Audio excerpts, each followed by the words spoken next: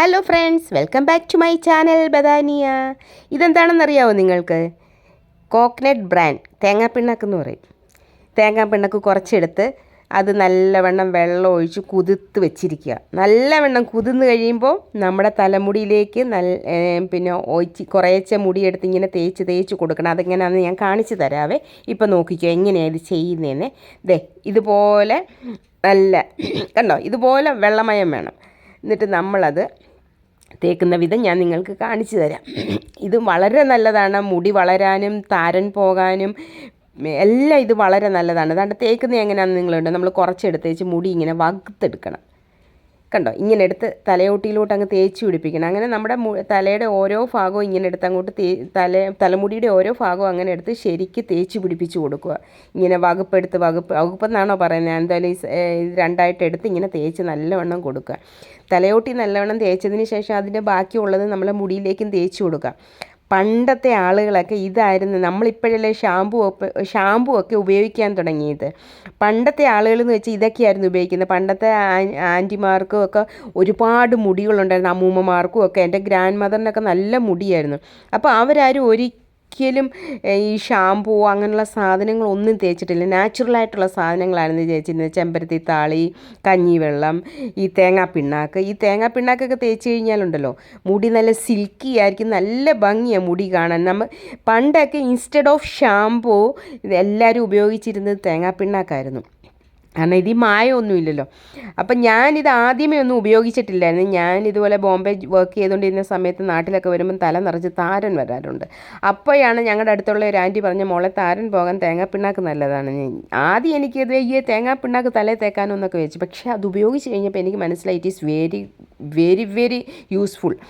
അത് തേച്ച് കഴിഞ്ഞപ്പോൾ എൻ്റെ മുടിയൊക്കെ നല്ല, അല്ലെങ്കിൽ തന്നെ എനിക്ക് ഹെറിഡിറ്ററി ആയിട്ട് മുടിയുണ്ട്. പിന്നെ ഇത് തേച്ച് കഴിഞ്ഞപ്പോഴത്തന്നെ മുടി നല്ല സിൽക്കി ആകും. അതുമാത്രമല്ല, എന്നോട് പലരും ഞാൻ ഇത് തേച്ച് കഴിയുമ്പോൾ എന്നോട് ചോദിക്കാറുണ്ട്, മുടി പോയി സ്മൂത്ത് ചെയ്തു അല്ലേ, സ്ട്രെയിറ്റ് ചെയ്തു അല്ലേ? അപ്പോഴൊക്കെ എനിക്ക് മനസ്സിലാവത്തില്ലായിരുന്നു. പക്ഷേ ഇന്നെനിക്കറിയാം, നമ്മുടെ ഈ കോക്കനട്ട് ബ്രാൻഡ് ഇട്ട് തല തേച്ച് കഴിഞ്ഞാൽ മുടി സ്ട്രെയിറ്റ് ചെയ്ത പോലെ നല്ല സ്മൂത്തായിട്ടാണ് നമ്മുടെ മുടി കിടക്കുന്നത്, സിൽക്കി ആയിട്ട്. അപ്പം നിങ്ങളും ഒക്കെ ട്രൈ ചെയ്ത് നോക്കുക കേട്ടോ. താരൻ പോകാനൊക്കെ വളരെ നല്ലതാണെന്ന് വെച്ചാൽ വളരെ നല്ലതാണ് താരൻ പോകാൻ. അതാണ്ട കണ്ടോ, ഞാൻ തേച്ച് പിടിപ്പിച്ച് മൊത്തം നല്ലതാക്കി എൻ്റെ മുടി ഫുൾ തേച്ച് വെച്ചു കേട്ടോ.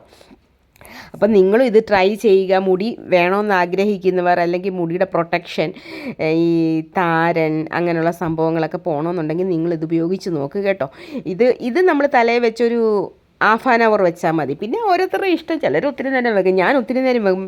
ബിക്കോസ് ഞാനിത് വെച്ചിട്ട് വേറുള്ള ജോലികൾ ചെയ്യാൻ പോകും. അത് കാരണം ഇത് ഞാൻ തലയിൽ വെച്ചുകൊണ്ടാണ് നമ്മുടെ പരിപാടികളൊക്കെ ഞാൻ നടത്താറുള്ളത്.